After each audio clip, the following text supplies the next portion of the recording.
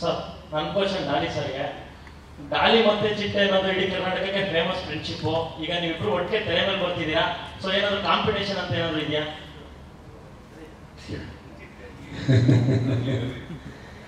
ಒಳ್ಳೇದಾಗಲಿ, ಎಲ್ಲ ಸಿನಿಮಾಗಳು ಚೆನ್ನಾಗಾಗಬೇಕು. ವಸಿಷ್ಠ ಮೇಲೆ ಡೆಫಿನೆಟ್ಲಿ ನನಗೂ ಒಳ್ಳೇದಾಗಲಿ ಅಂತಲೇ ಆಸೆ ಇರುತ್ತೆ. ಚೆನ್ನಾಗಾಗಲಿ ಅದನ್ನು. ಲವ್ಲಿಗೂ ಕೂಡ ಆಲ್ ದ ವೆರಿ ಬೆಸ್ಟ್.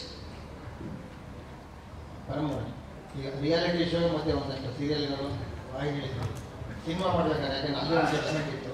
ಸಿನಿಮಾಗೆ ಯಾವುದೋ ಆಡಿಯನ್ಸ್ ಮತ್ತು ಅಲ್ಲಿದೆ ಆಗುವಂಥ ಎರಡರ ಮಧ್ಯೆ ಏನೋ ಒಂದಷ್ಟು ಗೊಂದಲಗಳು ಮಾಡಬೇಕಾದ್ರೆ ಮೇಕಿಂಗ್ ಮಾಡಬೇಕಾದ್ರೆ. ಇಲ್ಲ, ಇದು ಮೊದಲನೇ ಸಿನಿಮಾ. ನಾನು ಅವತ್ತೇ ಹೇಳಿದೆ, ಇದೊಂದು ಪ್ರಯತ್ನ ನಂದು, ಅಂದರೆ ಬಿಗಿನರ್ನ ಪ್ರಯತ್ನ ಇದು. ಒಂದು ನಾವು 14ನೇ ತಾರೀಕು ಗೆಲ್ತೀವಿ, ಇಲ್ಲ 14ನೇ ತಾರೀಕಿಂದ ಕಲಿತೀವಿ. ಸೊ ಇದರಲ್ಲಿ ಇದಲ್ವೇ ನಾನು ಏನು ಮಾಡ್ಲಿಕ್ಕಿದ್ದೀನಿ ಅಂತ ನಂಬ್ತೀನಿ ನಾನು.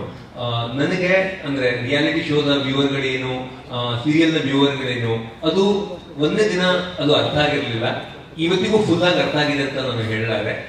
ಆದರೆ ಅಲ್ಲಿ ಅದನ್ನು ಕೆಲಸ ಮಾಡುವಾಗ ಕೋರ್ಸ್ ಕರೆಕ್ಷನ್ ಮಾಡೋಕ್ಕೆ ಏನೋ ಒಂದಷ್ಟು ಇಂಡಿಕೇಟರ್ಗಳು ಸಿಗೋದು, ಅದನ್ನು ಮಾಡ್ಕೊಂಡು ಹೋಗಿದ್ದೆ.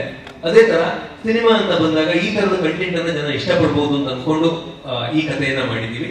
ಅದು ಗೆಲ್ತೀನೋ ಕಲಿತೀನೋ ಅನ್ನೋದು 14ನೇ ತಾರೀಕು ಜನರ ಕೈಯಲ್ಲಿ.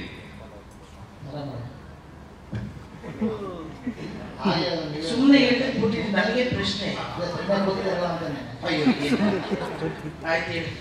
ಇತ್ತೀಚೆಗೆ ಸಿನಿಮಾಗಳಲ್ಲಿ ನಿಮ್ಮ ರಂಗನಾಥರ ಪಾತ್ರಗಳು ತುಂಬಾ ಸುಮಾರು ಸಿನಿಮಾಗಳು ಸಿನಿಮಾಗಳು ಬಂದಿದೆ.